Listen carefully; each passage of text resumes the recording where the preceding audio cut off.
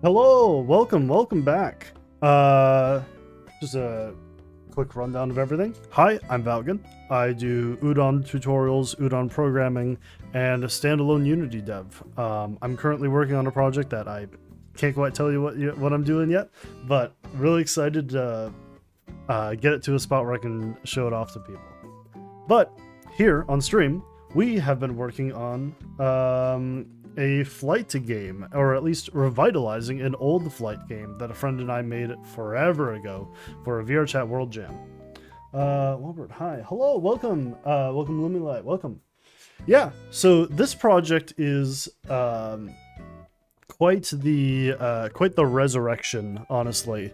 I didn't quite realize it while I was editing things, but this scene name is Rebuild 2022. That could mean two different things. One, that could be us rebuilding this project in Unity version 2022, which VRChat is currently using. Or, maybe the first time I tried to rebuild this project was back in 2022. So there's a good chance this project is easily 4 years old, if not more. Which really kind of shows you how long it's kind of just been languishing. But more than happy to pick things back into gear here. Last stream we actually worked on getting the skeleton of the team lobby menu here working. So you'll see if I hit play, I can actually walk up to this and gotta mute Unity there. There we go. I can actually click the two things to claim. There, I've claimed pilot and gunner. Man, unfortunately, just before the stream, I actually went ahead and added some of the rain music from Animal Crossing New Horizons into my playlist that I normally do. But I didn't quite realize that all of the rain music in said playlist is at like 1/10 the volume of all of the other music. So I might have to just go ahead and skip those because it's like half the time we don't have music and the other half we do. So let's just give up on the shuffling and loop this playlist from the 12 a.m. one. All right. Yeah. Right now, this team sign up thing is just this entire menu. We have some buttons down here, but we have a scroll view that has a team entry in it. Now, this team entry is just sitting on its own. Lean away. This team entry is just sitting on its own down here. So we need to actually come up with a way to instantiate this at runtime. So let's go ahead and set this up. I actually don't remember if we are instantiating at runtime or if we do just have a declared we have 10 available teams that can play or something like that. Do I have a menu manager for this yet? Let's go to logic. What's our scoreboard looking like? All right, the scoreboard is just the score counter for the post game. So let's go ahead and actually rig up a system to be the lobby manager. Where would I do that? Systems. Oh, we have a lobby controller right here. All right. If we have a lobby controller here, actually, this should be talking to that. Yeah, lobby controller right here. Man, sometimes a week is more time than you think it's been.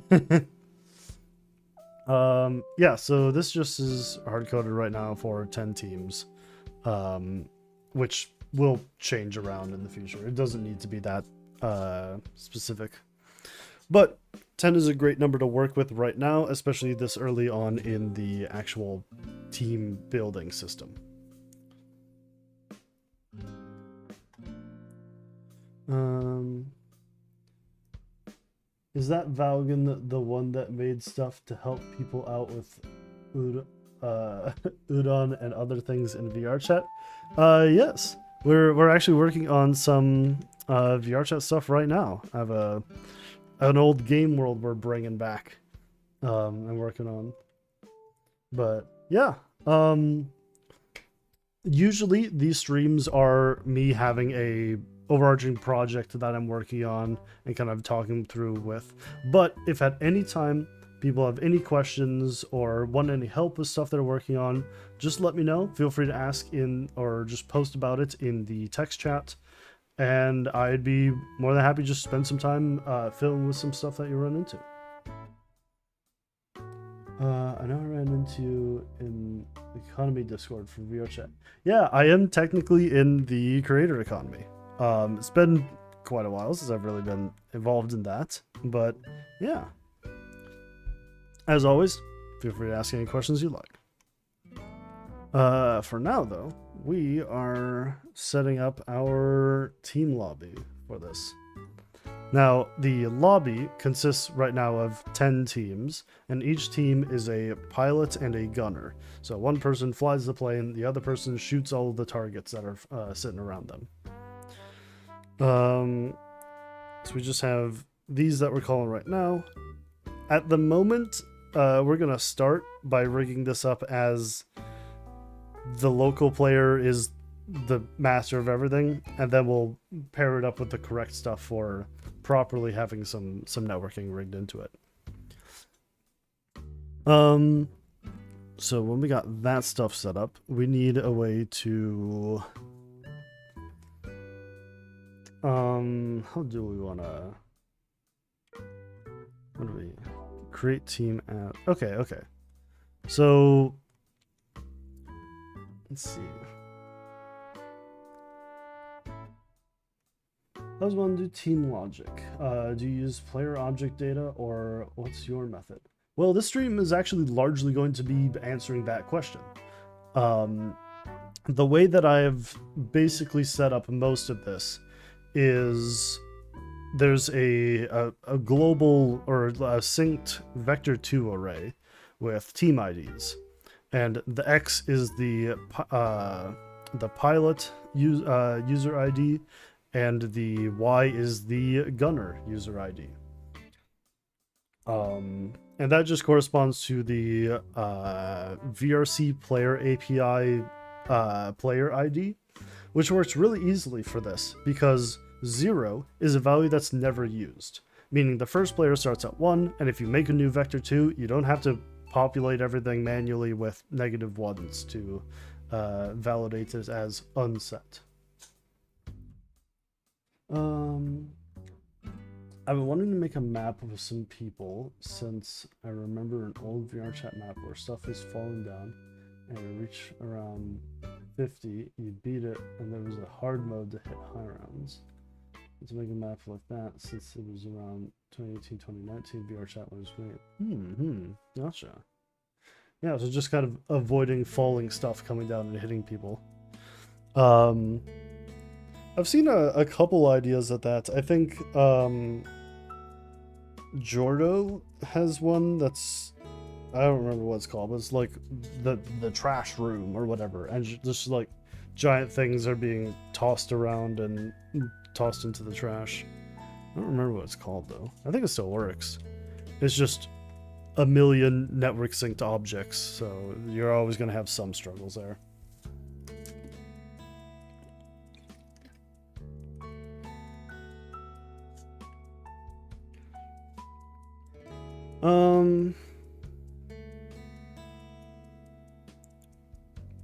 I think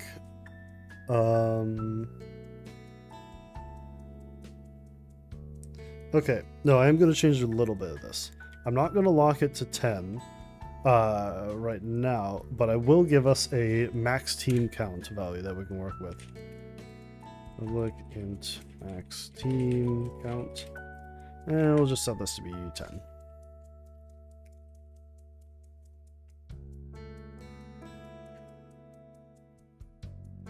Oh, right. I forgot I made a bunch of extension stuff for callbacks.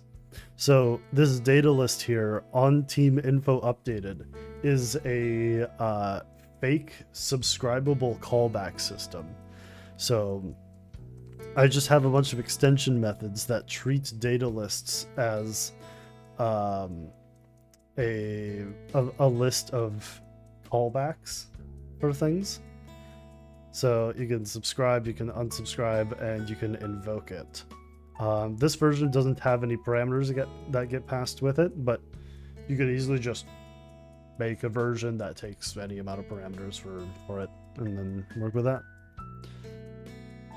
Which works actually quite well.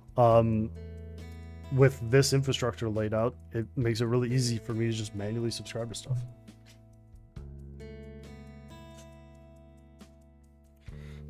So join as pilot. So we need, actually, I'm going to go ahead and close a bunch of the scripts that we're not working on right now, just so I can get that cleared out. Lobby team entry and lobby controller. So we're going to run two things here, and that'll be request serialization and on deserialization. Now, that will prep this for sending out a bunch of networking stuff, and on deserialization is just us manually calling, hey, we need to make sure that the networking stuff runs right. So let's just go and on deserialization, there we go.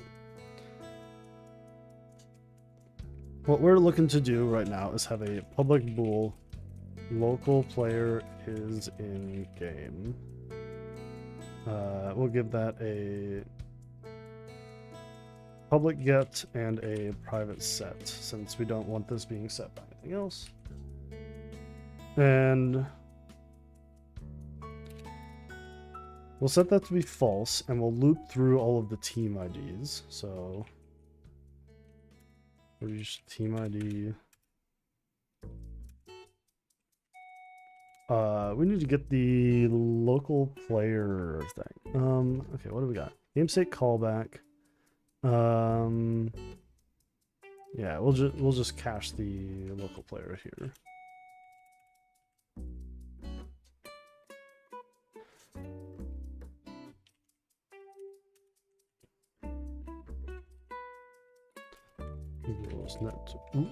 Networking local player. And we're going to store the ID, so int local ID equals local player dot player ID. Wikipedia, welcome. How is it going? We're setting up some stuff here for our co-op flight game that I'm working on, and we're mostly working on the actual lobby handling of everything. So we're making sure that people can queue into the game and actually play as co-op teams against other ones. Right, so this would be if id.x equals local ID, or id.y equals local ID. Local player is in game game equals true, and break.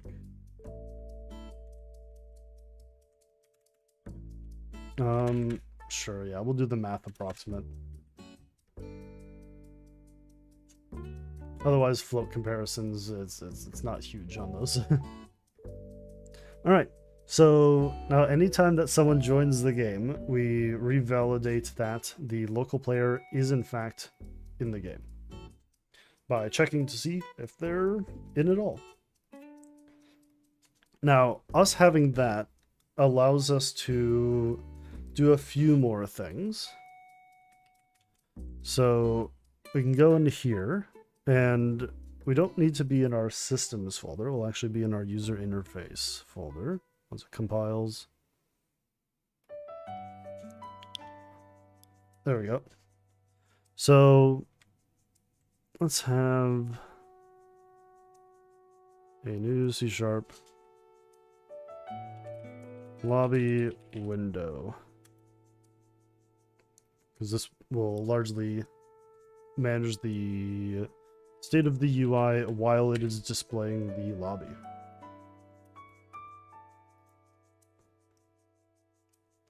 And this can be a game state callback.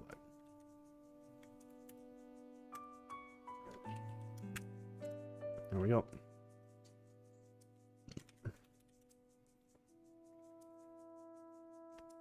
Oh, excuse me. All right. So we'll have those two buttons, which is the join as pilot, join as gunner. So we'll have a your last field private button from UI. Join as pilot and join as gunner.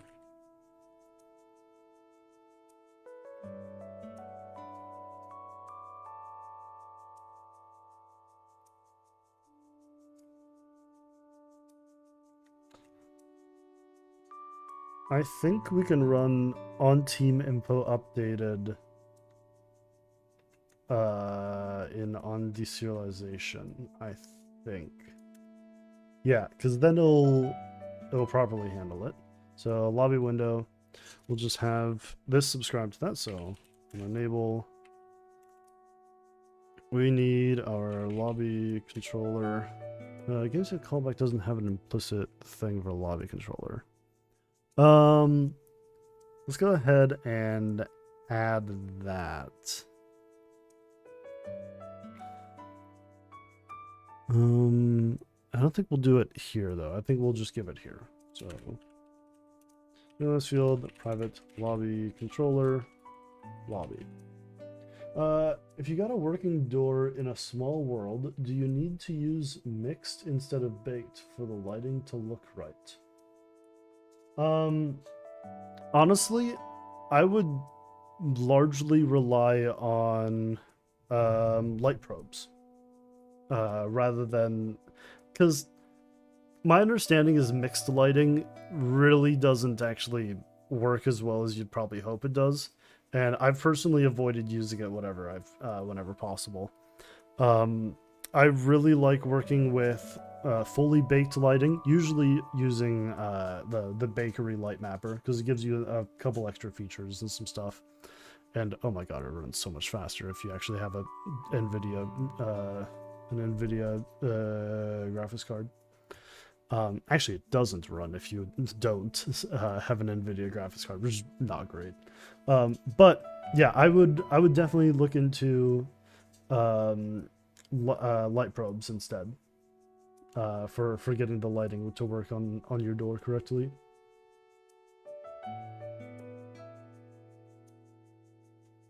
Door can't be static or the lights will bake through the door. Oh, you mean like having the having like a big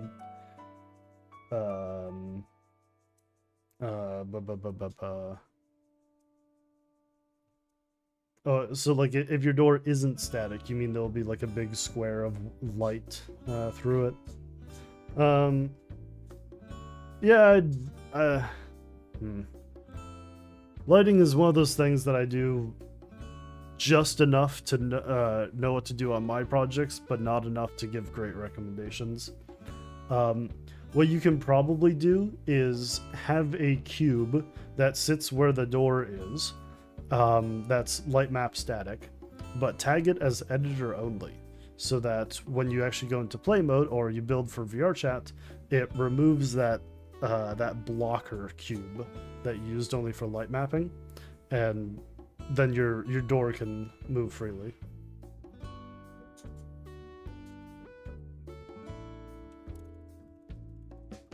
So we need to subscribe to the lobby here. So lobby dot on team info updated dot subscribe this.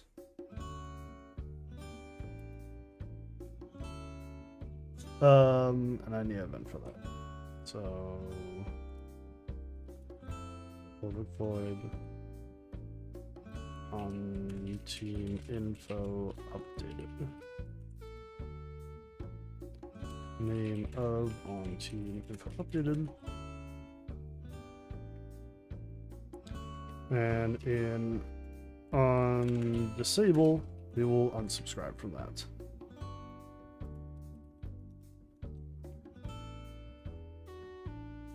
Cool. All right. I guess I can stick these down here for right now since we're not using them at the moment. On team info updated.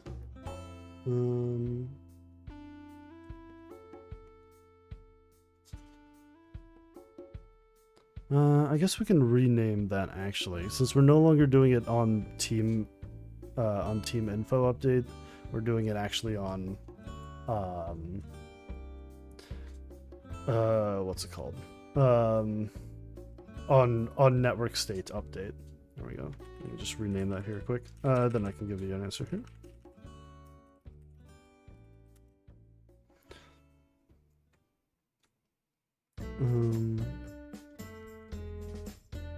On network state update. Updated. There we go. What are you making? Yeah, so this is a co-op flight game. So there will be 2 people per plane, the pilot and the gunner, and there can be X number of planes. So every duo plays against each other. One person flies around and the other person shoots a gun at these little floating targets that are at the moment just kind of randomly scattered everywhere. It's not the greatest organization I've ever had, but it works for now. But yeah, generally there's just I think it's 2 minutes. Yeah, 2 minutes. You get to fly around the island, shoot as many as you want. And at the end of the game, everyone's teleported back, and you see a big scoreboard that tells you the score of everyone that's played the game. Unfortunately, though, this was made for a game jam, and as such, a lot of things in it were very much cobbled together. It has to have exactly this number of planes, and while I do like parts of this system, the way that scoring is kept is just... every gun has an ID, and when a target is shot, it gets told what ID of a gun that shot it, and then at the end it just counts up those IDs, which is actually a really effective way of doing that. But in order for it to be really effective, it needs a lot more tooling than I've set up, because I'm just like manually typing in numbers for each of the guns to know what team they are and stuff like that. And it doesn't tell you who won, it just says this team number won. So it doesn't say like John 23 or whatever won. So there'll be stuff like that we want to actually have set up. We have the ability to queue in for as the pilot or the gunner. And what I'll be setting up here is being able to add a team. So like you can create a team as a pilot or a gunner and hope that someone else joins. Yeah, if you start the game as a gunner, you'll just kind of be flat out of luck if no one joined you as a pilot, which would be pretty unfortunate, but pretty funny as well. I probably in the future will have a plane for single players, but this was made for a game jam that was called The Perfect Pair. It was like a Valentine's Day game jam at the time, back in like, I don't know, 22 or something like that. And the idea was it was the perfect pair of wings. So it's biplanes, it's 2 players. So it kind of required that 2 players were involved. I also kind of want to improve the plane models a bit. I like the quirky design that they have right now. This kind of just like someone built this thing in a shed and just happens to work. But you do not have great visibility when you're in here. Like you can look around and stuff. It's the reason the wings are basically transparent, just to try to help with visibility even slightly. But yeah, let's pop back into our lobby window. Game state. Yep, so on network state updated. We have something else that, there we go, that's subscribing, so that needs to change. On network state updated.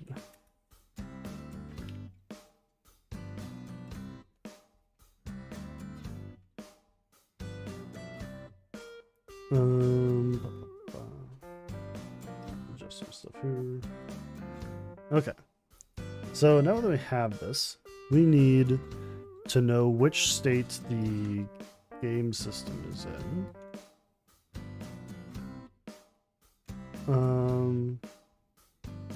Where is our game controller? Game manager. There it is. So game state. Let's have a couple game objects for our for our windows here. Game object window lobby. Actually, if this screen is just handling that, this should be might be better to have one thing that handles the whole thing, but for right now we'll just handle this window. So I won't worry about that. We'll just worry about setting up the lobbies and everything.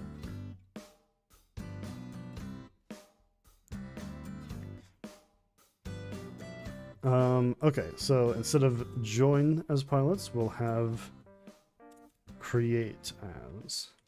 So let's go ahead and duplicate those. Place where join with create.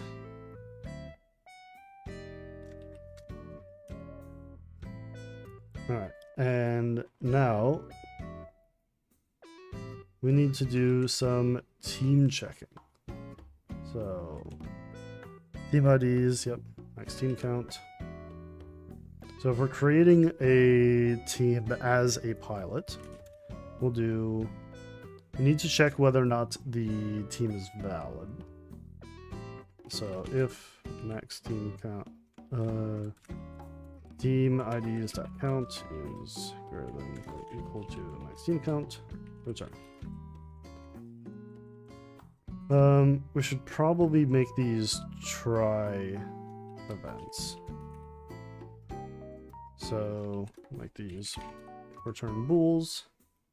So return false. And same thing here. Now we want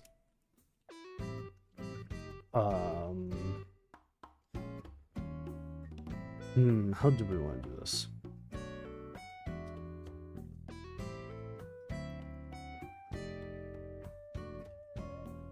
Yeah, okay, so team IDs equals oh great. Do I have an easy tool in this for resizing arrays? I probably don't.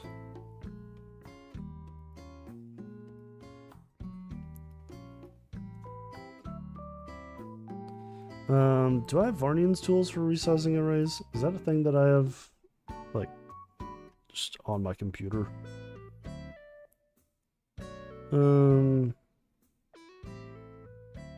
I don't.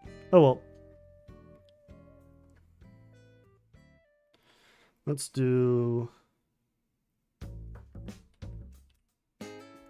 new teams. No, I need to initialize it.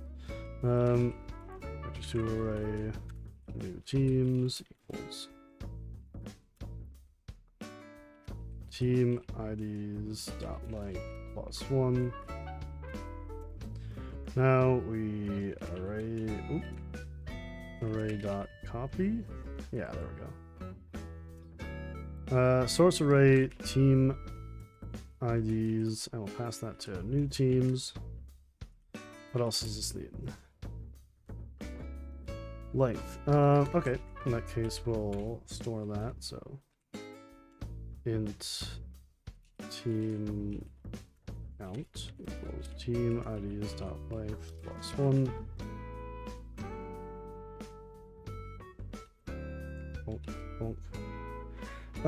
Actually, if this length is longer than the source array, is that gonna error? Let me check here quick online. Okay.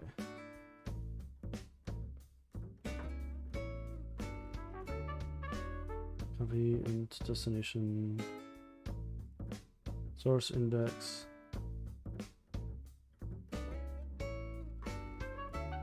Number of elements to copy.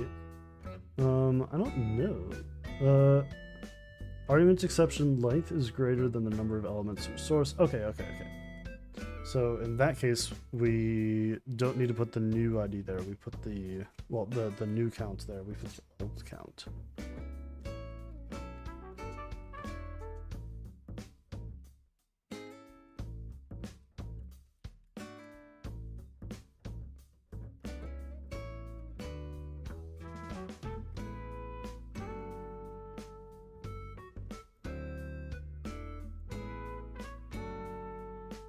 All right, so team IDs gets the new one, and now we get our new team index. So int team ID equals team IDs team IDs dot length minus 1 dot x. Because the X value is where we are storing the teams.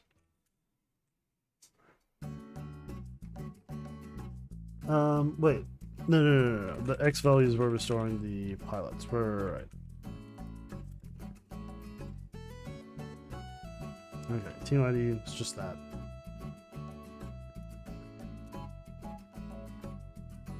Return true. And I'm basically putting the same thing here, except we are writing into the Y value. And true. All right, so now we can rig those methods up to our lobby window for the button join as pilot.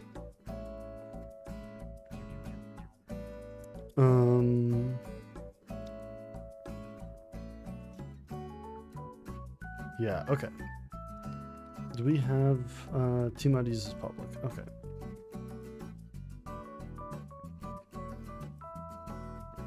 In that case, we can go to this on network state update.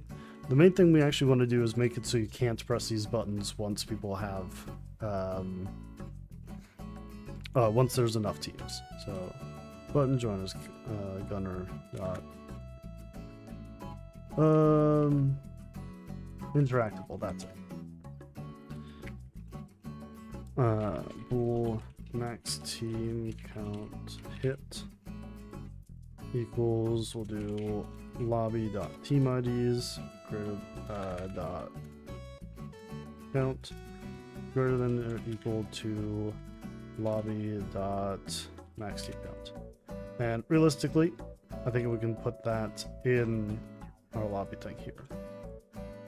So up here, we'll have a public bool for that. Drop the lobby denoters. And I'll have it return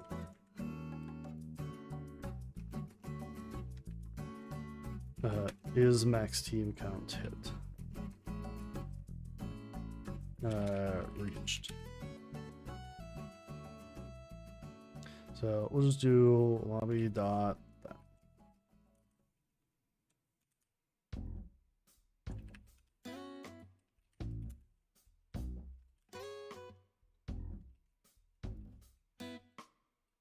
Duplicate that for the pilot one as well.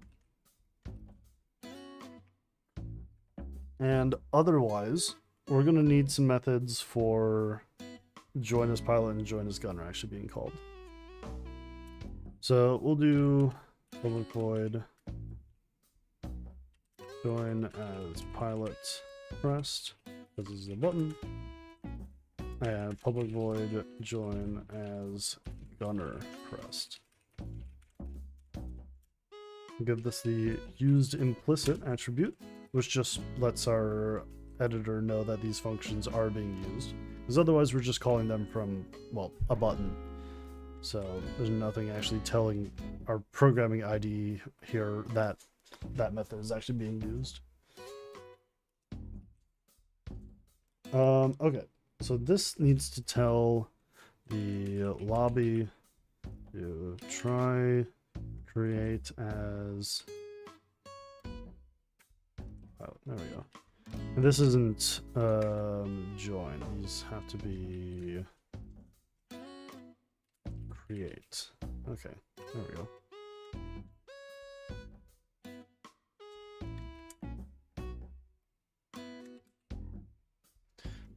Try create as pilot, and we want local player ID. And similarly, we'll do that here, but as gunner.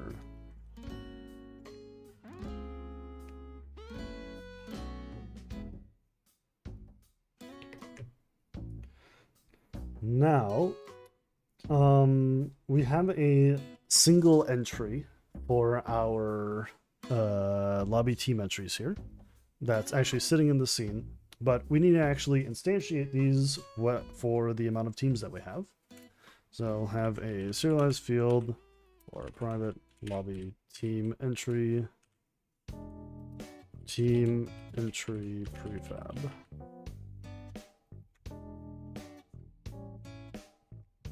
And we're going to need a rect transform for the parent it goes to.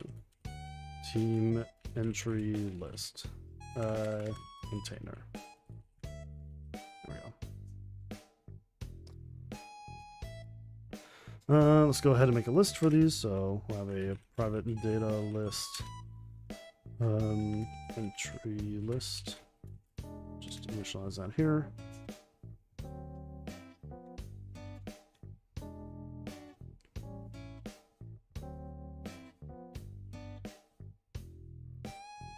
And let's do public. Oop, don't need public there. Let's actually just make a wrapper for team count. Public int team count team IDs dot length.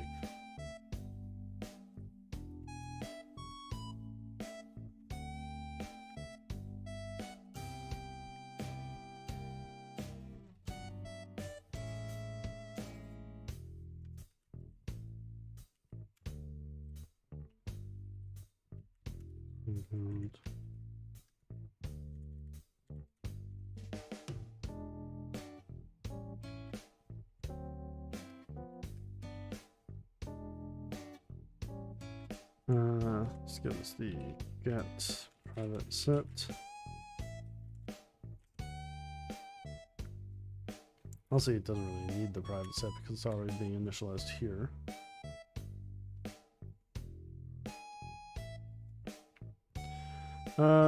Lobby window. Right. Okay, so we're getting our int team count equals lobby dot team count,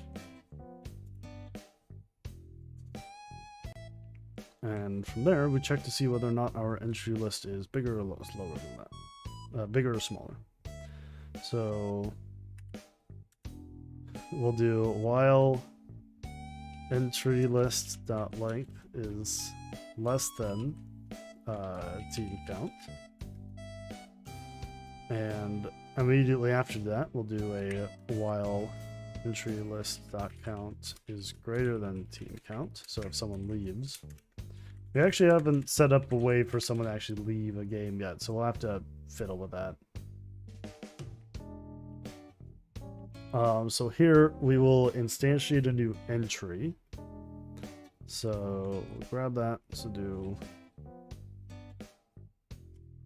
game object entry obj equals instantiate. We'll do that prefab dot game object. Because Udon doesn't actually support instantiating things based off of script reference, you have to do it based off of game object reference, which is fine. And this will go to team entry container entry obj dot name. We'll just have this set to I don't know, entry, and then entry list dot count. It's probably fine.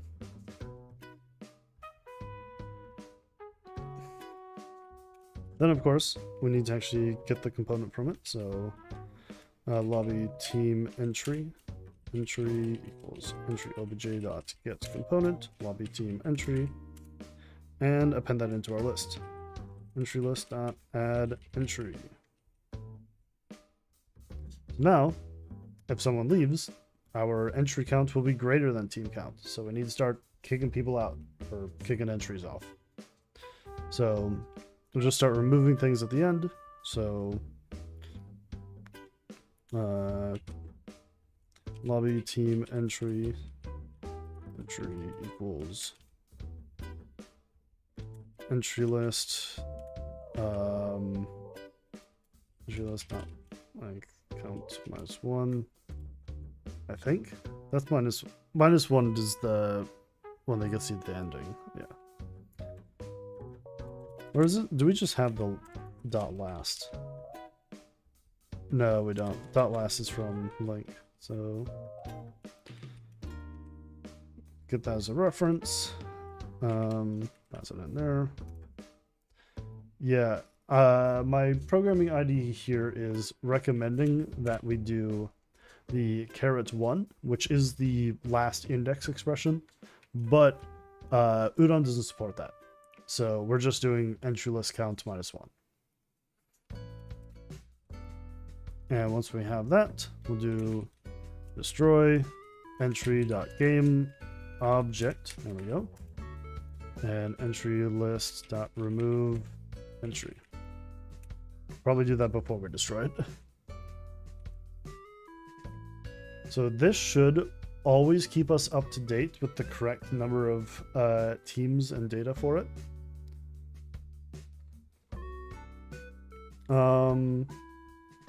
Now we need to bind this. So team ID. Let's go ahead and actually set that here.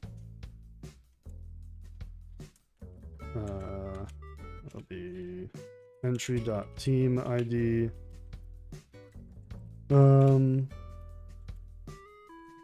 So int team ID equals entry list dot count -1. So we can fix this one here. Team ID. All right. So now that we've set that, it will correctly update here whenever we got it. I want these buttons to not be interactable if you're already in the game, but since I'm one person testing out this stuff, I'll leave that not the case.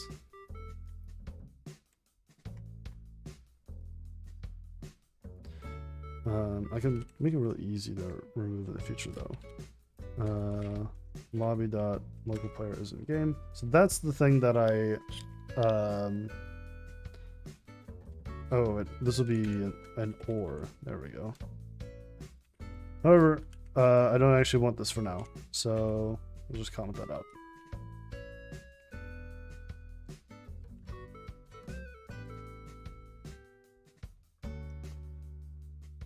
Let's go back to Unity, actually. And we can start doing UI stuff again. Sorry, my projects always come back to UI.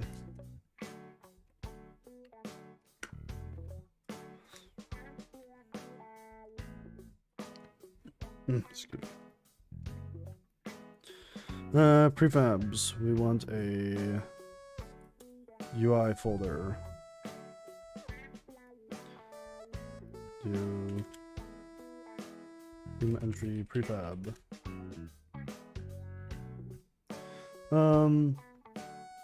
Oh, we actually have to assign its lobby as well when we instantiate it. So entry.lobby equals lobby. Should probably have an initialize function for that where we just pass in all the variables there. But for now, this will be fine.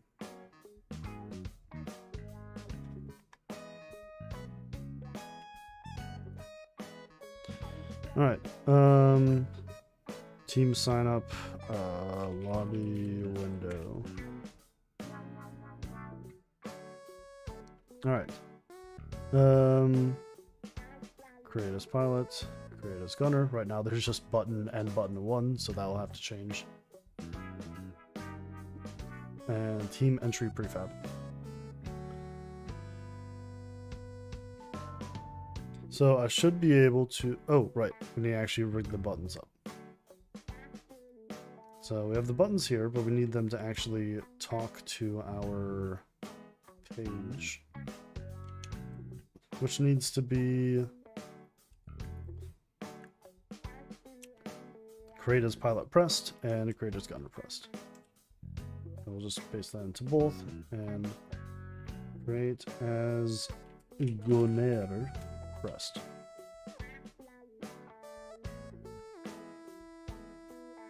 Hit play. And let's walk up to this menu and see if it works. So create team as pilot, and it breaks immediately. Good sign. Okay. Index outside bounds of the array. So that's for team ID here, which is team ID's length -1.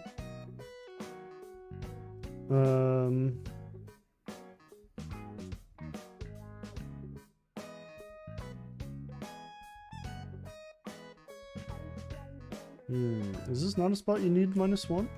I could have sworn this was. Oh well. I'll just remove it and see what happens.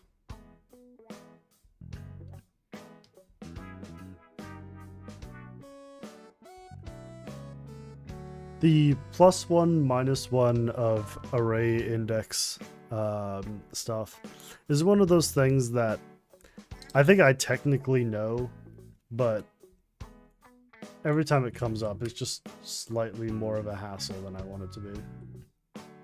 Let's pilot. That still not work. Next was outside bounds of the array. Okay, so that still didn't work. Team ID, team IDs, and specifically here, so team ID's length -1.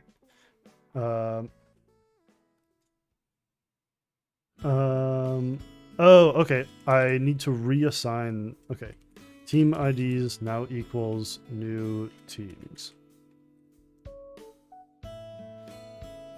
Okay. After the copy goes through, we then need to assign it back.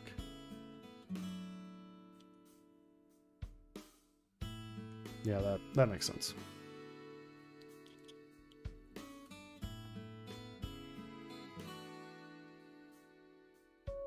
Was missing that.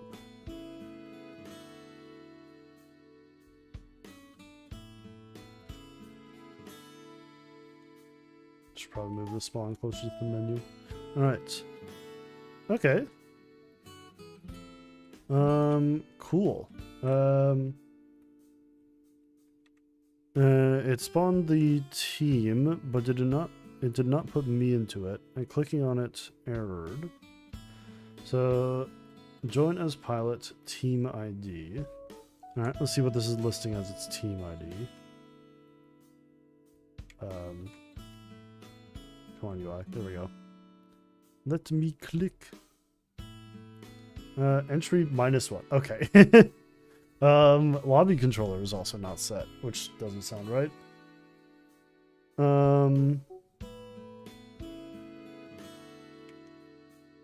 Is team sign up not? They have a lobby controller.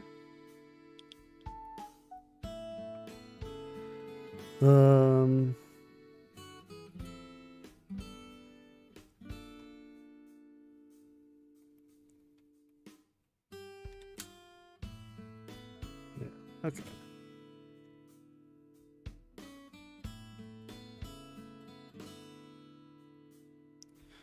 Oh, right. We don't need to do the -1 here because we're getting the count of this list before we add into it down here. Yeah. That's probably the correct option.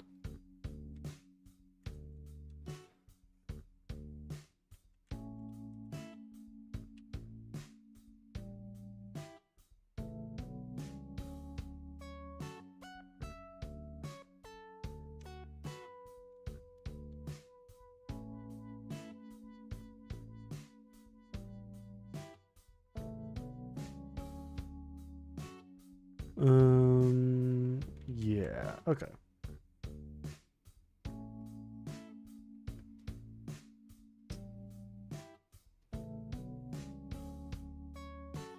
There might be some order of operations issues with when it subscribes into the lobby, but we'll run into that when we do. Okay, so we can do that. Claim pilot, claim gunner. Okay. And create team as is uninteractable. Did I flip that value? Yes, I did. All right, so it's only interactable when the max team count is reached. So we'll do a exclamation point parenthesis and closing.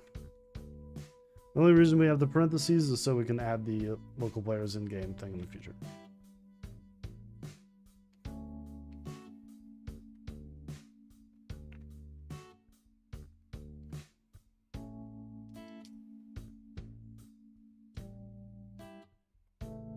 All right, let's get a good view here. Oops. All right, so I can join as the gunner and pilot. Can I make another team? Yes. Keep doing that until we hit our max. Okay. That being said, doing create team as does not seem to be actually assigning assigning me as the gunner or the likes. So let's see where that's failing. We'll do try create as pilot. Team ID X, it's player ID. So on deserialization, on network state update, deal that.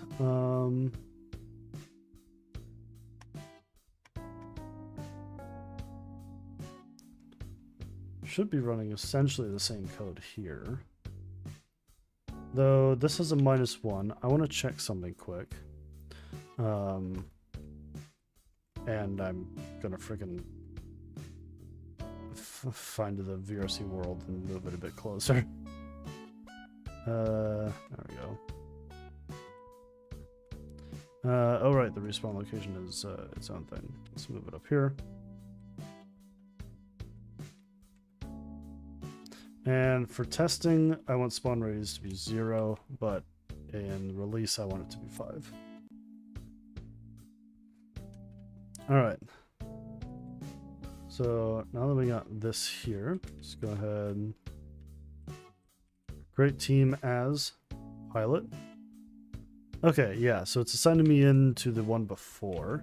See, I'm the pilot of all teams except the one that I just created.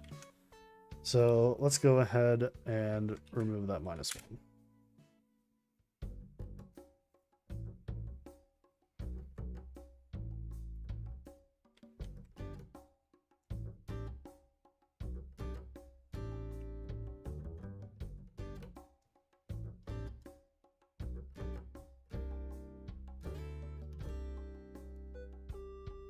So play again, take us back in. Join as pilot and broke immediately. All right, good sign. Index was outside bounds of the array. Try create as pilot.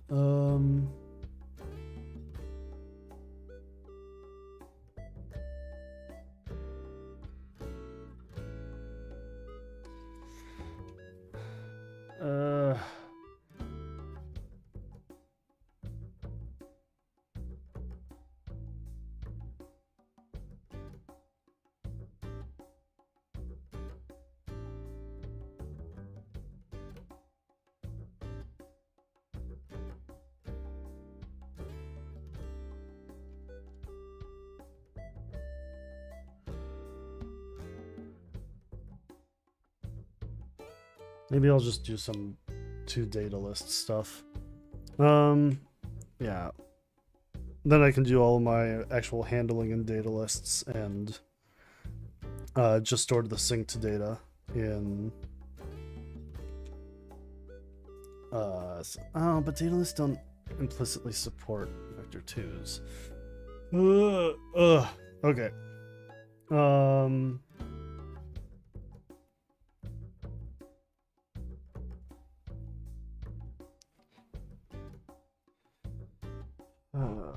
Appending to an array is slightly more annoying in Udon than I always expect it to be.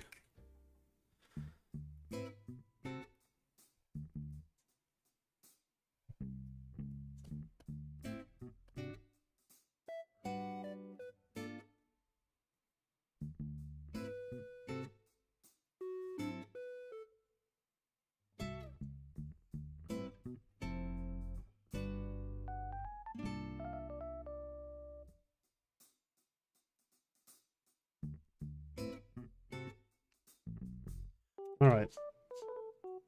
Let's do this the smart way. So team IDs,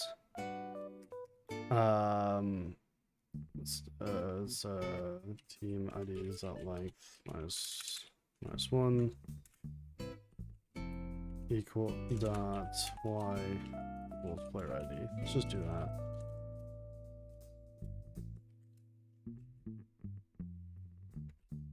Same thing with X.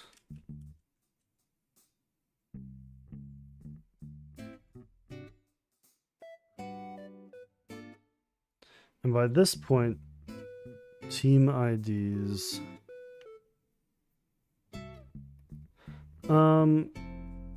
Wait, does copy copy the length of the array as well? Like, does it just replace? Because I'm trying to copy the values from them. I don't think it does.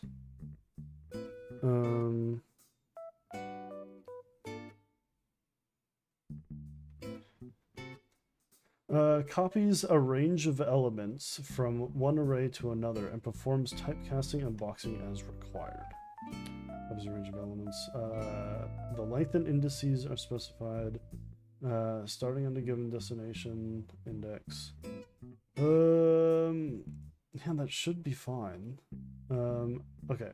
Array int. That's what I'm looking at. And paste them into another array starting at the first element. Length is specified as 32-bit integer. Yep. Okay. There shouldn't be any issues there. That should just be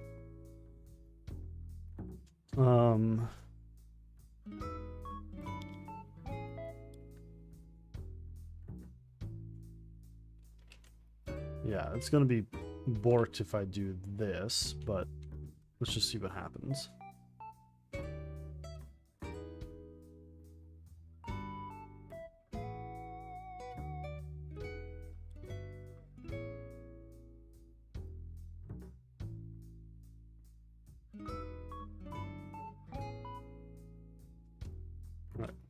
Join errors. Yep. Yep, it errored literally at that spot, so that's not the issue.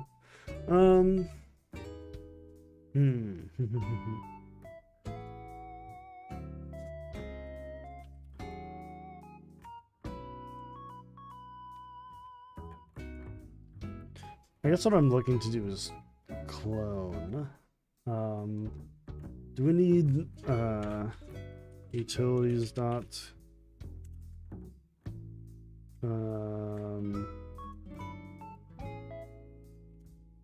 or does VRC just do array.clone?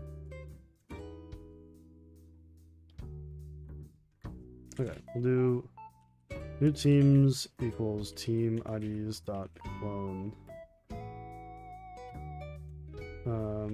Oh, does that not auto sign? I'm not actually really familiar with this. At this point, I'm almost exclusively used to working with lists, just because of my standalone work.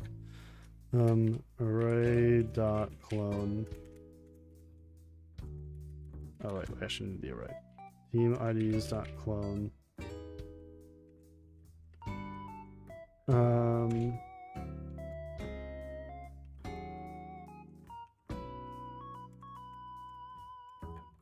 Let's just see if that's exposed.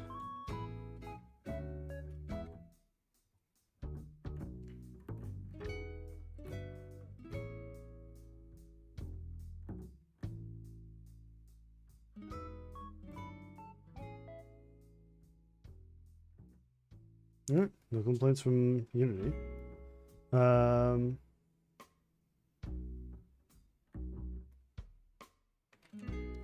What else isn't... Ah, crap. Oh well. Let's do... rename this to synced team IDs and handle everything else in a public data list team IDs.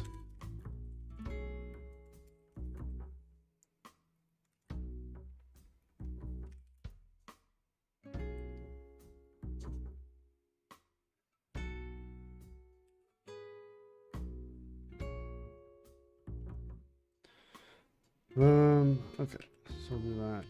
Count.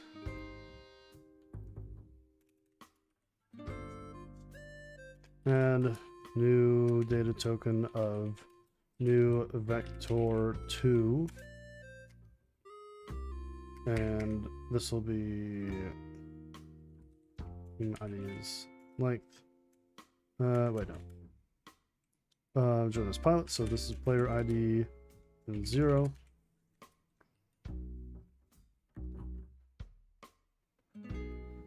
And we'll have a private void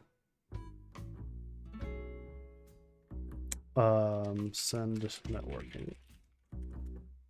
So this will do our request serialization and on deserialization, but we'll also handle the actual where is it? There we go. Synced team IDs.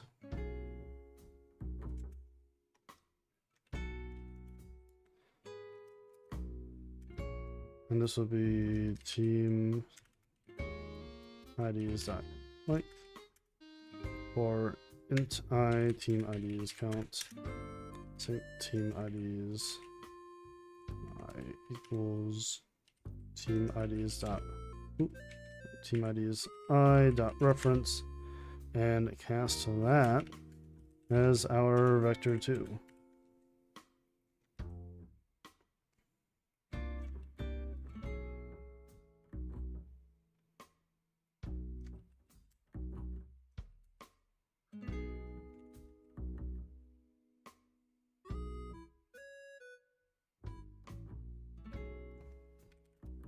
Alright, now everything else needs to be referencing off the team IDs data list. So, do counts there.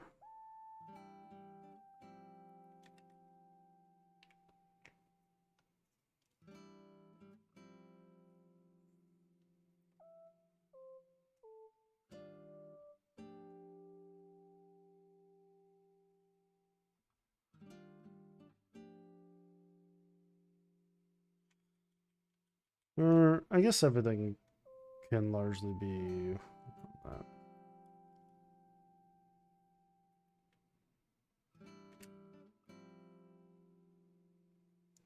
This needs to basically be skipped.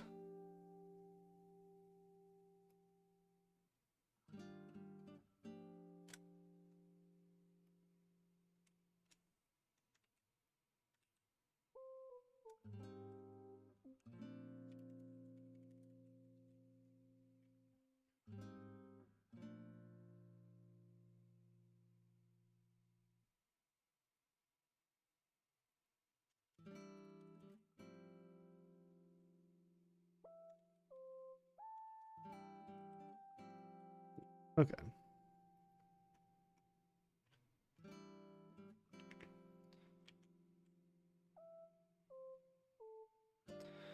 I should probably make some utility methods for converting things to and from data lists in this project, but for now, we won't fiddle with it too much.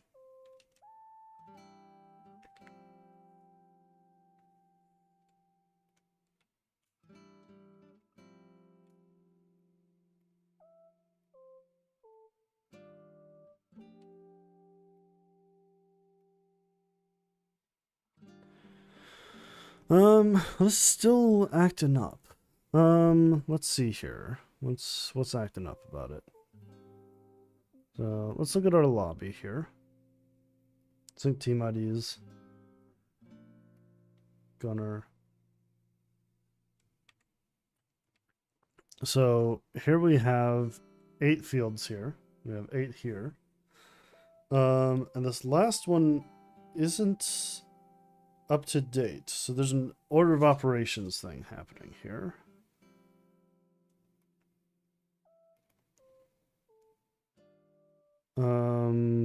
When is this handled?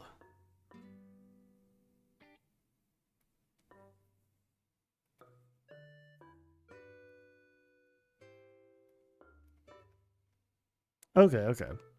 So yeah, this just needs a refresh for avoid refresh UI.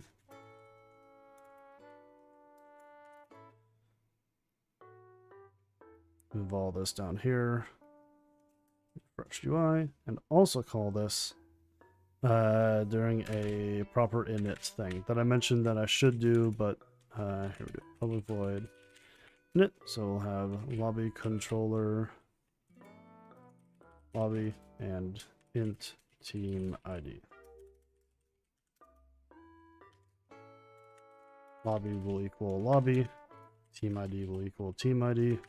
Then we'll refresh the UI.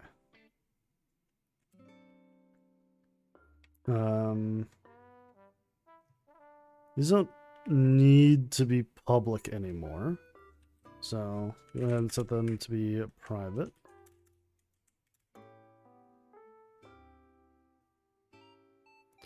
Though I will set them to be serialized field for now, just so that we know stuff is working in the inspector. Lobby window, you now need to call entry.init. Lobby, team ID, and remove those.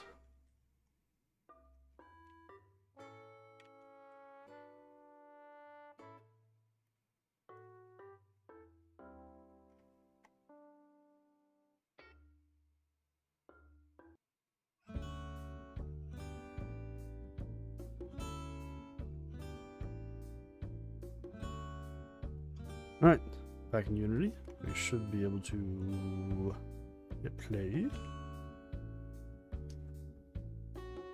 Then join as pilot. There we go. Now we're properly showing up there. We're not showing up as gunner there. To change one of the names. So claim pilot on entry 1. This still doesn't report having a lobby controller. But it also doesn't report a lobby ID there, so I wonder if it's just a serialization thing. Because it's acting right, like it's not crashing, and it is using a team ID. So it's probably just Udon's serialization being a little wonky with Udon Sharp. Well, knowing that I can't trust that value, we won't serialize it. So the rest of it, we need to figure out a stack for when the button gets pressed. So prefabs UI. Oops, missed. There we go. Well, that needs some sizing adjustments.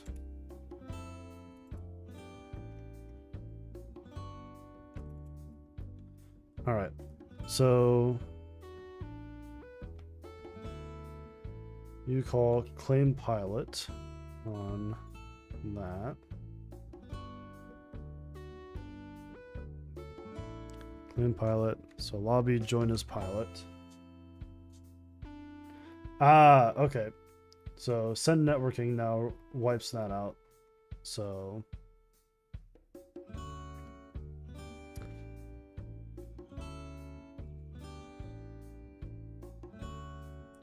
we'll do, yeah, okay.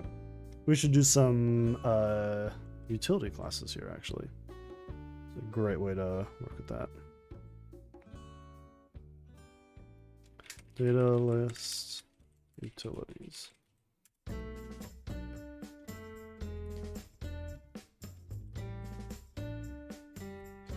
So what we're going to be using are extension methods here. Something I used in the last stream, but not really the most common thing. Let's give this the perfect pair of wings namespace. We are going to be basically telling data lists that they can do things. And just asserting that they can in fact do that. So I'll do a public data list. And we'll call this toDataList, and we'll refer to this. So this vector2 array. This needs to be static because it's not going to exist in a class. So we'll do data list equals new data list, and then for each value in the array, we will do list.add new data token value, and then return list. And we will do essentially the same thing here, but flip it. So we'll have a public static vector2 array, to vector2 array, this data list, and now we'll have a vector2 array equals new list.length, return that array, and we'll populate it for each list token array. Oop, actually we don't want a for each, we want a for I.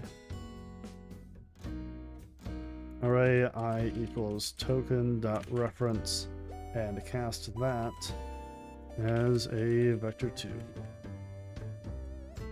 Alright, so what this allows us to do is use data lists for adding and removing things from arrays. It's a little bit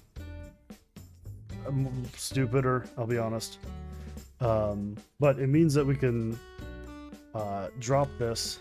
We can just call this team IDs.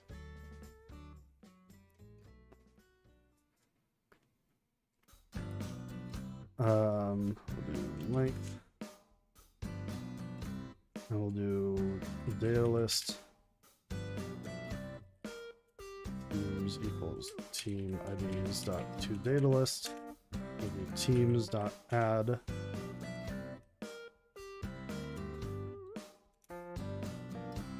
and now we'll reassign it. So team IDs equals teams to vector2 array.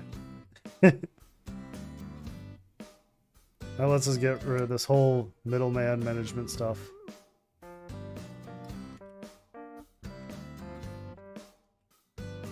And then we can do the same thing here.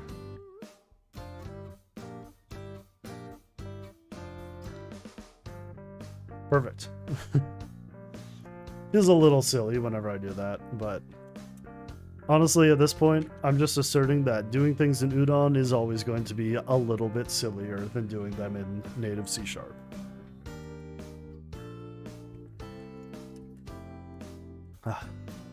Hydration.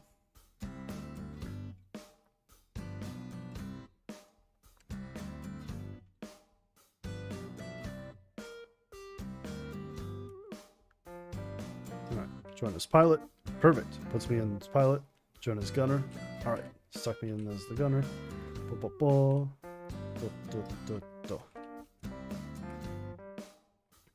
Alright, now how do we want to remove a player? So if someone wants to unqueue, we could have them press the button again.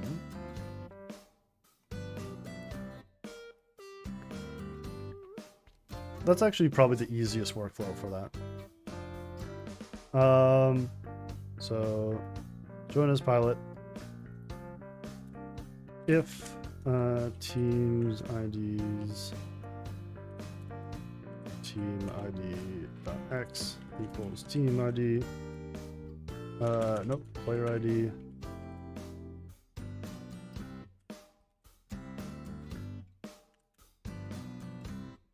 Team IDs, team ID x equals 0. We'll batch that into a basic ternary and math approximate that. Do the same thing here, but for y, and the team player ID of 0 is always unset. So the first person to join a world is never the 0th player. They're always start as 1, which makes it really easy to deal with arrays for player IDs. So if I hit join as pilot, shows me up there. If I click it again, empty. Perfect. Oh, I can join and leave as I like. Man, this video game stuff ain't that hard.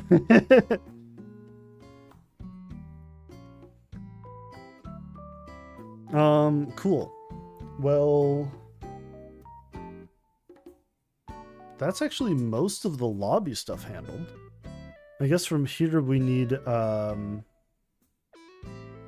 other pages. So the game in progress page and the scoreboard page. But the team sign up, this needs to be put on behavior sync mode none because it's just some UI. We need a button for start a game.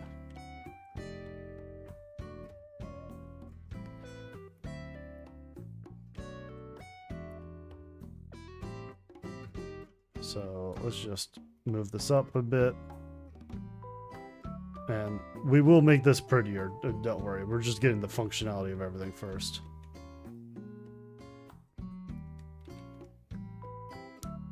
This will be try start game pressed. Copy that. Go to text, start game. This will be button start game. Now our team sign up page needs another button in here, so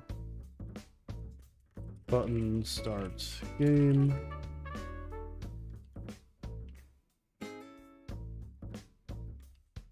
And button start game should only be interactable if the team count is greater than 1. So that will equal lobby.team count greater than 1. Greater than 0. We want 1 co-op group to be able to go in and just have a time playing. I guess I've already snagged that. So we can just set that here.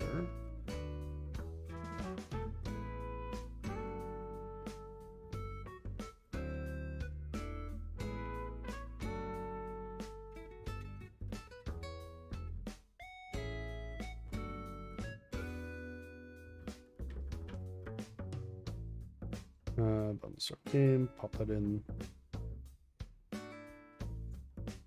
Now if I hit play, yeah, okay, this isn't initialized yet. So we're gonna have to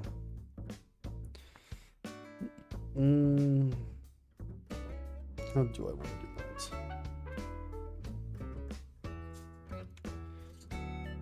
Let's have an additional value to this actually, where we're subscribing into our actions.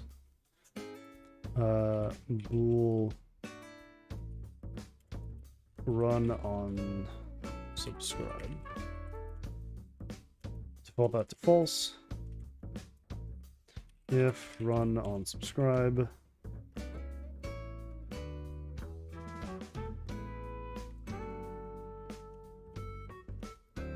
We'll do run single on subscribe.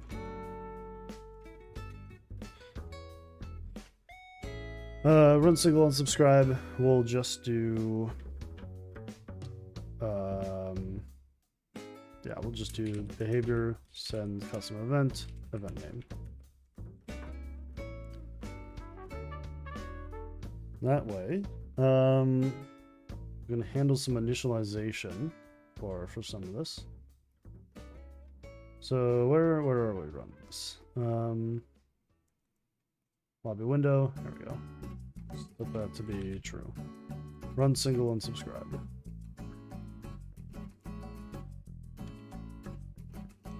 So now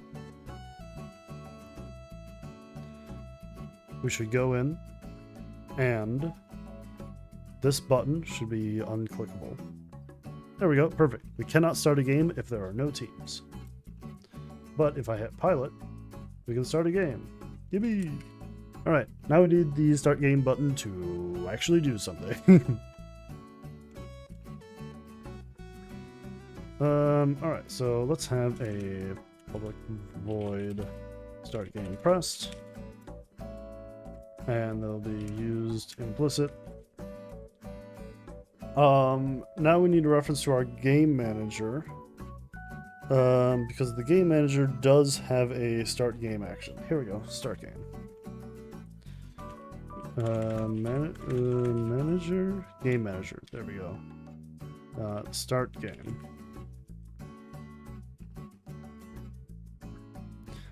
Start game button also should not be interactable if the game manager's state, game state, does not equal idle. Because if it's mid-game or post-game, we don't want to be just starting the game again. I mean, not that we can. It's already stopped from being able to here. But, should make things nice and easy.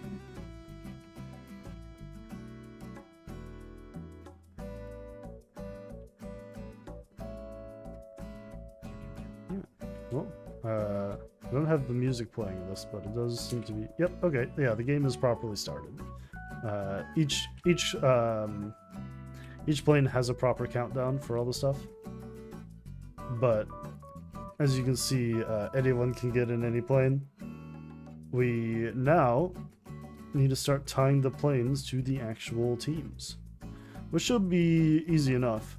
We're just going to have to adjust some things right now, such as we actually don't need all the planes sitting here. We're just going to have to set a row of instantiation points for them.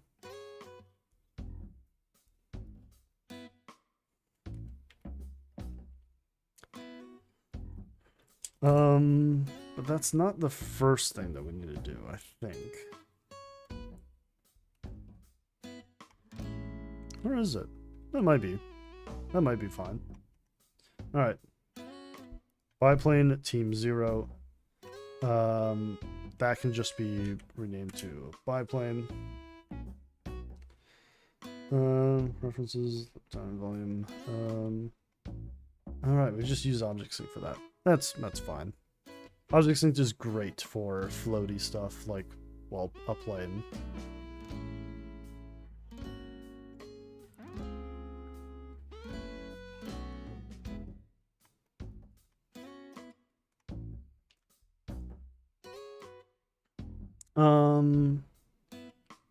So now we need to, let's actually just go ahead and delete all of the planes. And select, yeah, biplane.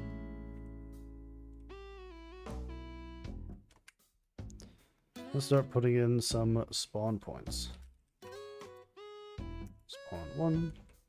Oops.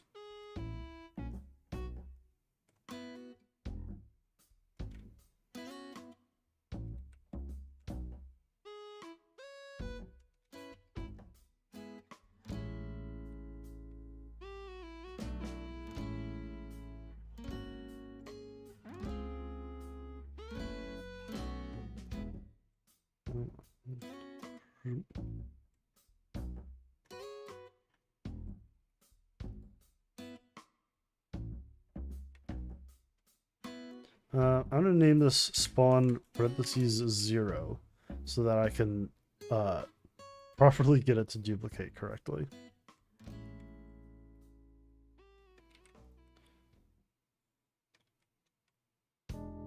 All right. Let's even out these numbers. 60, 26, minus 145. Let's put one every 5 meters. Minus 140. That isn't nearly enough space for a plane. All right, good to know.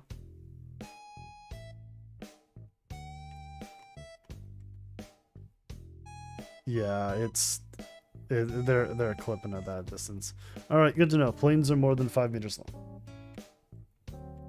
long. Maybe I'll just keep this in here for reference for now.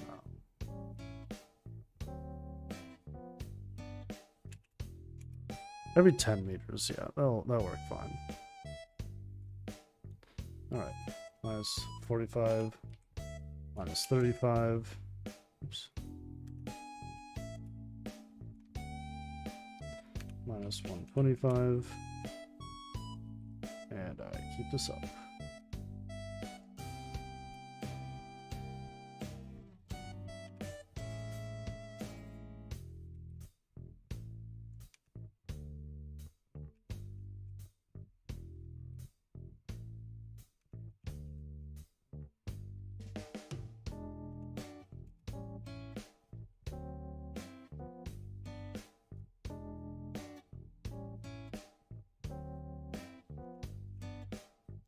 And that is why I gave us an initial 10 plane spawn limit. But I think there's some adjustments that I can actually make to this to make it easier. Let's go ahead and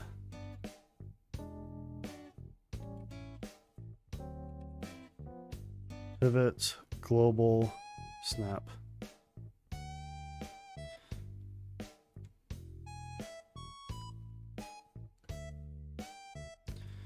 This will go 45 that way? Or let's do 90. Or 80 is a bit more aesthetic. And these will do minus 80.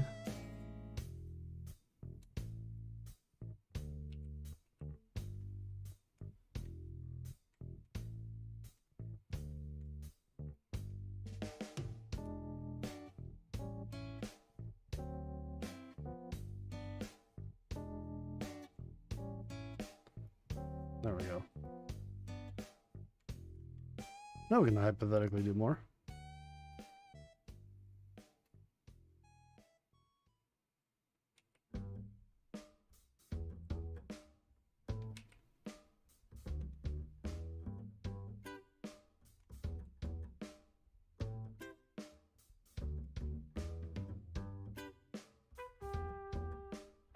There we go.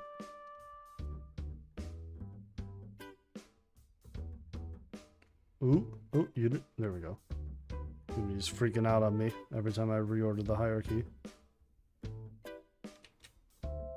Perfect. All right, well, now we have 16 planes. So let's go ahead and set our max to 16.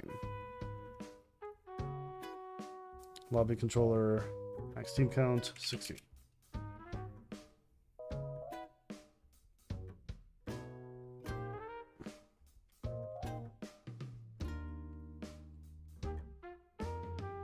Alright, now these are spawn positions. These aren't actually going to be the plane.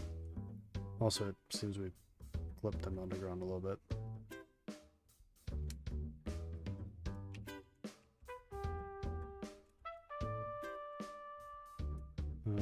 26.5, 4, 3, 4, 5.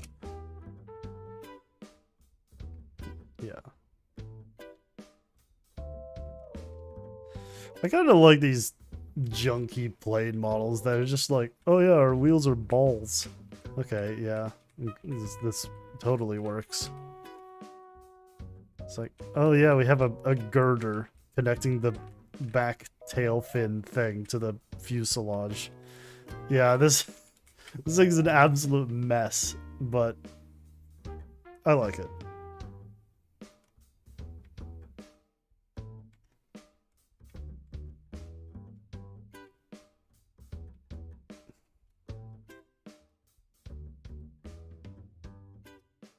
Alright, let's make sure we can properly take off. It's a little spooky. Here, let's just respawn here and get a proper view of that. Yeah, so I'm gonna basically hold forward and up. So yeah, we do start dipping. It's not quite as much distance as you'd probably want for a takeoff, but it's fine. These planes need a rework with their physics anyway.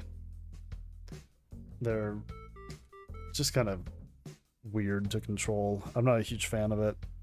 And honestly, that's going to be the big thing. If the planes aren't fun to control, people aren't going to play this game. So we're going to have to add something.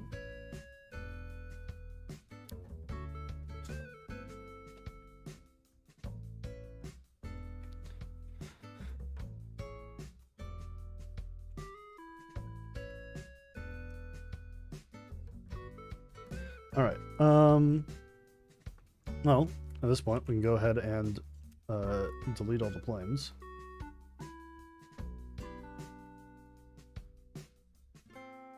Because again, these are just spawn points.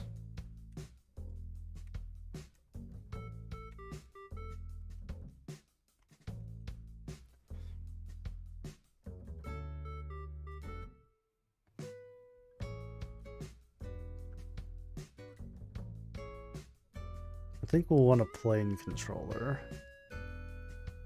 Or at least excuse me. Like a plane group manager thing that spawns them in.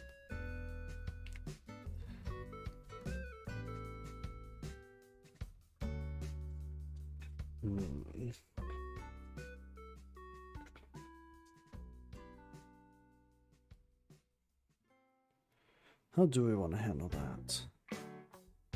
What's currently controlling it? Is what is controlling the ability to fly the plane literally just that the controller joystick doesn't do anything until the game starts?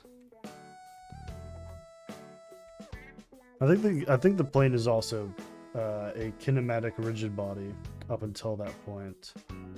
Yeah, it's kinematic here. Well, that's the joystick, actually. Yeah, this one's also kinematic for now. Should probably rename this to plane controller instead of biplane controller. But this also needs a lot of work to begin with.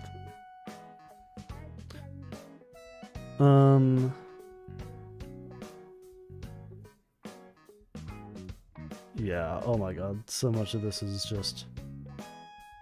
What even is this?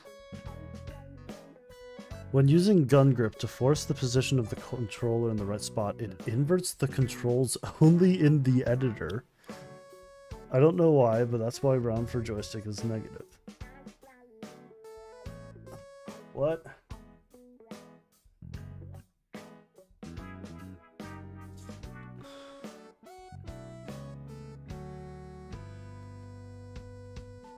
What on earth? Why? I don't even remember that bug, but like, this is all working, so I guess this bug is still here.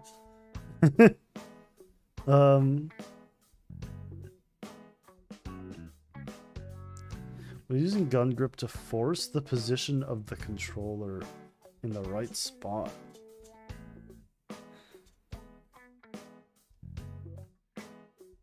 Well, what are my controls?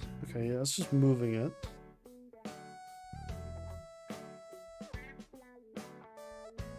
Huh. Fascinating. Yeah, well, we can come back to that again later. For now, we need to start spawning planes for different teams. When is emit being run? Is that a... what is calling you? Plane controller, game state, start, net, okay, what's calling the biplane controller net? Oh, I guess that's just its start function. Okay.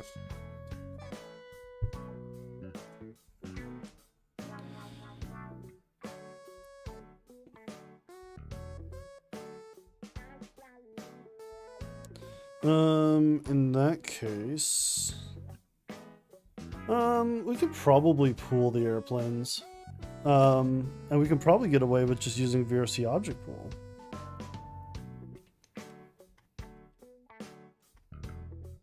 I don't think we can get away with using VRC object pool, actually. Because the VRC object pool doesn't properly initialize scripts that are on them. So I think we'll just have to make our own plane pool. Okay, let's go ahead and do that. Plane pool.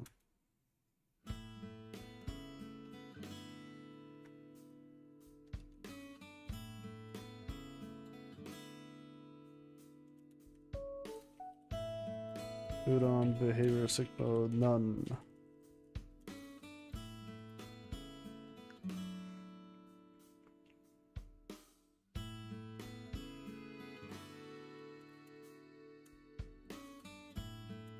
Alright, this will be a game set callback script. So let's go ahead and set up some stuff here. We're going to have our public biplane controller array for planes.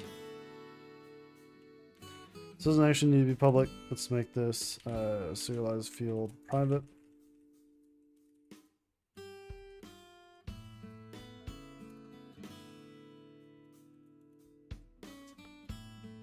And then we'll have a serialized field private bool array, which will be plain active.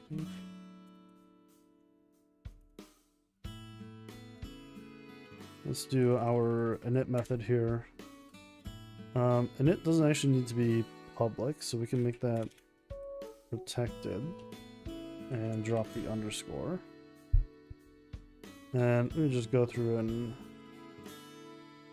fix references from that.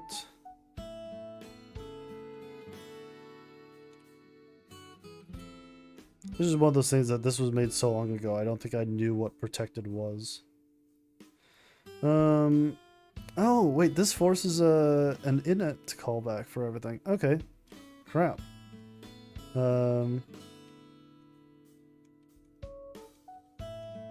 I guess I missed that.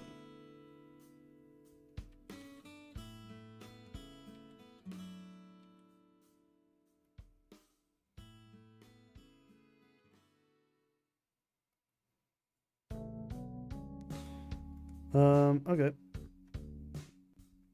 Oh, we can close that. We can close that. Plane pool. You need a array of that. During your init, we are going to have plane active equal a bool array of planes dot length.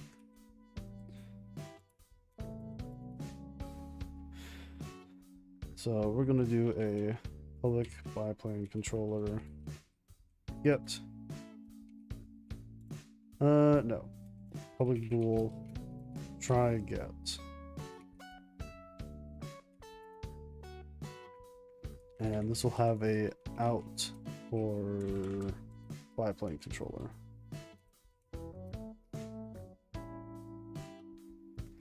Now we'll do int index equal array. There we go. Got index of. We're going to check for the first index of a false within plain active. So basically, this array here is going to be copying or representing whether or not these planes are actually active. And when something is set to true, that one is active and off doing stuff. So we can't spawn it for someone else. So what we're going to do is check for the index of the soonest one. And if the index equals -1, meaning there is no available ones, we shall return false. After setting plane to be null.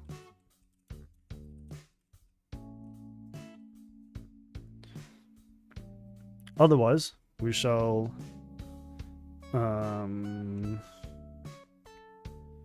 yeah, we'll do plane equals planes index. There we go. Game object set active true.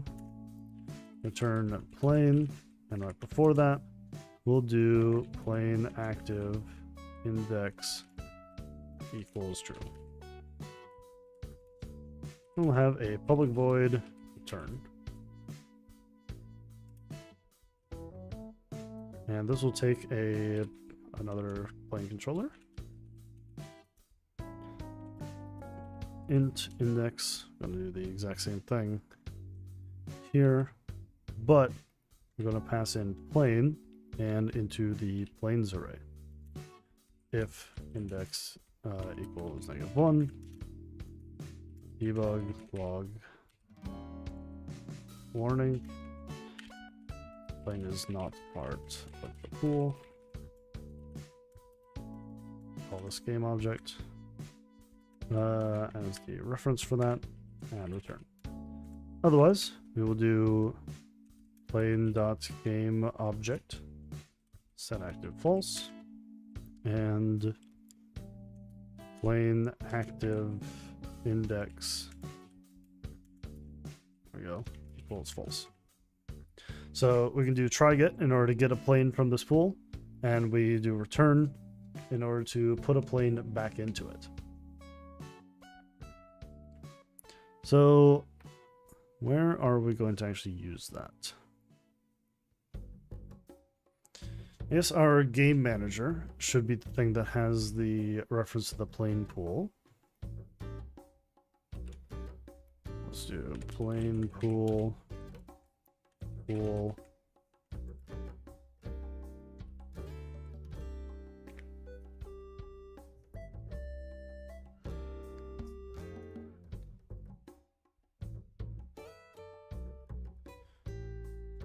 This will also need a reference for our lobby.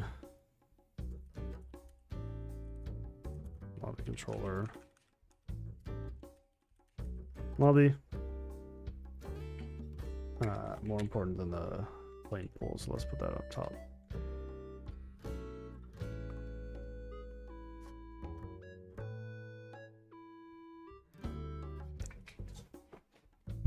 Alright, so when a game starts, we need to spawn one plane per player.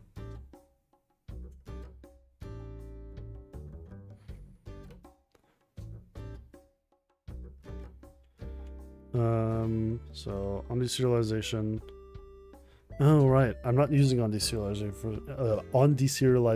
for this. I'm using a property here for a field change callback. That was new at the time. Let's give this the default and stick that on idle.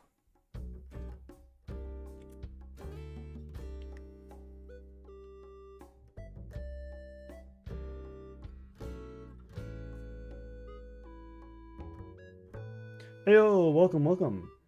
How is it going? We're doing a bunch of callback stuff for setting up spawning planes for all of the different teams in a game that uses planes. Alright, mid-game. Okay, yeah, so we need to do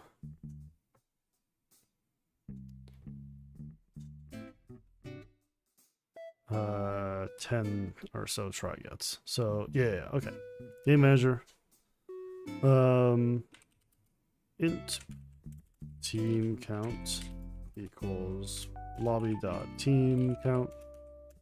Then for team count, we'll do pool. Let's rename that to plane pool. Try get out plane. Don't actually need to do anything with it now, but let's see. Let's see. Haven't tuned in since you left on your 2-week trip. So I live before, but couldn't join. How's your holiday? Quite good. I really enjoyed it. It was really nice to. Honestly, it's just always good to dip out of where you are for a little bit. But the fact that I was in such a beautiful location, got to go to the.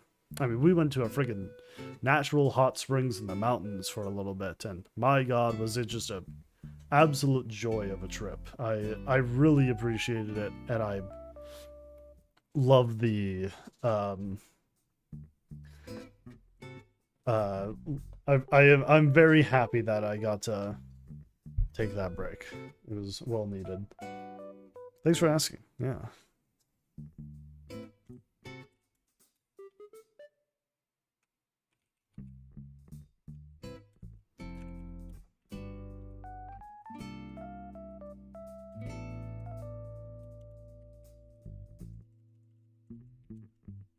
There we go. All right. So when we go into the mid game, we spawn as many planes as we need. And when we go to the post game, we should just batch return all. So void return all.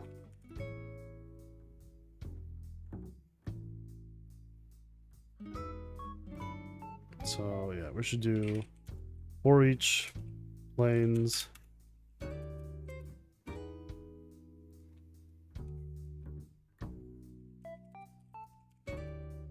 Return. Wrong return. Return plane. There we go.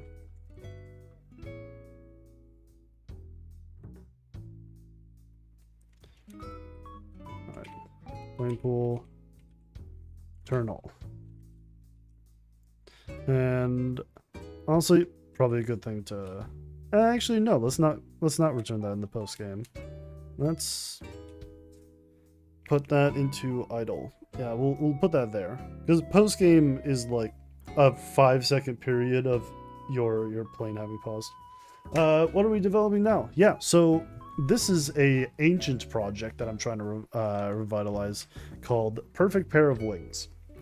It was done with a friend for a Valentine's Day themed game jam called Perfect Pair, where we took that as you fly a 2-seat plane around, one person is the pilot and the other person is a gunner who goes around shooting these targets, and the pear-shaped ones give you 5 points instead of 1. But since it was made as a game jam, while it worked, it wasn't very extensible or modifiable or fixable in any way. So this is getting a big old revamp and a fix-up in basically any way you could possibly think of one.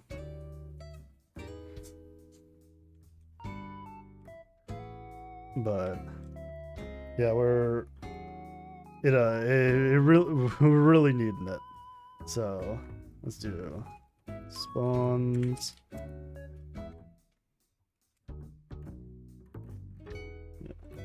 Yeah, I'm really happy that we're able to actually get this thing up and going again. This plane pool. The only downside is I'm not actually that good at plane controls. So right now the plane feels really floaty, and it turns a lot faster than you probably want it to, though sometimes not as fast as you want to. So it's just something that I need to clean up. It's very much just a rigid body with a bunch of drag that you accelerate forward in when you're pulling a trigger. It's nothing fancy, but that is certainly going to need to be improved. I used to do world making concerning about. May get back into it, but making moving characters is really, really hard. Yeah, it really depends on what you're trying to make. If you're trying to do like interactive NPCs, the moment you need to animate a model, it might get a little difficult. It really all depends on your skill set. Like for me, I cannot animate a character. Like, it's just like not a thing I know how to do. And for other people, they could whip that out in a night and have everything done. I I can't say I envy those people because I have a lot of things that I am really good at that I respect the fact that I'm good at them. So I don't want to like be like, oh, I wish I had this when I already have so much. So I don't want to be too pompous about it. But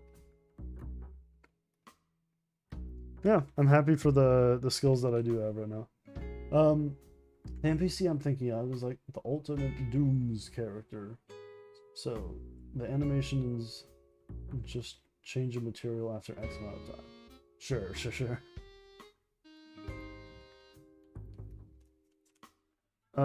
Okay, so game manager, we need a reference to our lobby controller.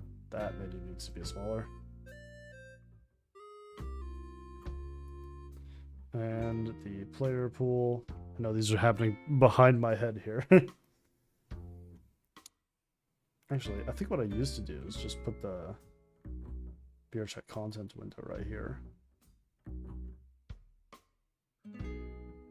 That way the inspector gets pushed out to the left.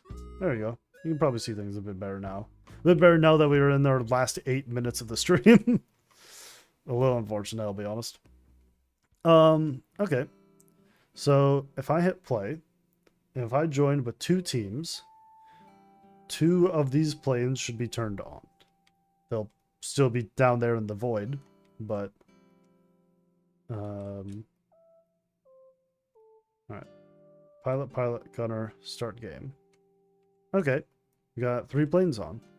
Of course, we're immediately having errors on those planes, but that's because there's some initialization stuff that hasn't been properly handled yet, and we're just getting the objects turned on.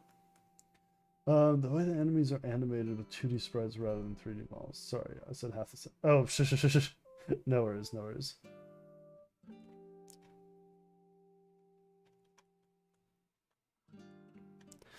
But yeah, also not easy. I like that this is just where world origin is, but it does kind of look like it's just half buried in the sand under the ocean.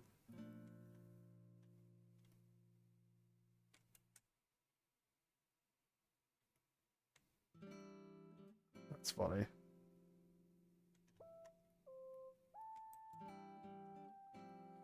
All right. Well, the lobby system seems to be working. Obviously, there's networking stuff that we need to do to improve it, have it respond properly for other people, and a lot of that. Do you know Unity's shader language, HLSL?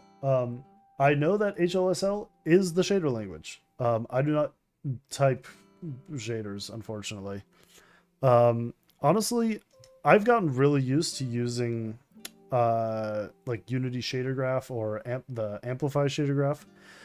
I think I prefer Amplify, but the fact it doesn't have an undo button is not great. But it can do so much more than the Unity shader graph one. And, well, the Unity shader graph doesn't support VR chat. So, yeah. But, yeah. I'll often do my own shaders for some stuff, but I will not code a shader. I do not know how to do that. I almost exclusively use the shader graphs for that kind of creation. Plus, having the instant updates while you're working on one is integral, personally, especially when you can see the individual steps.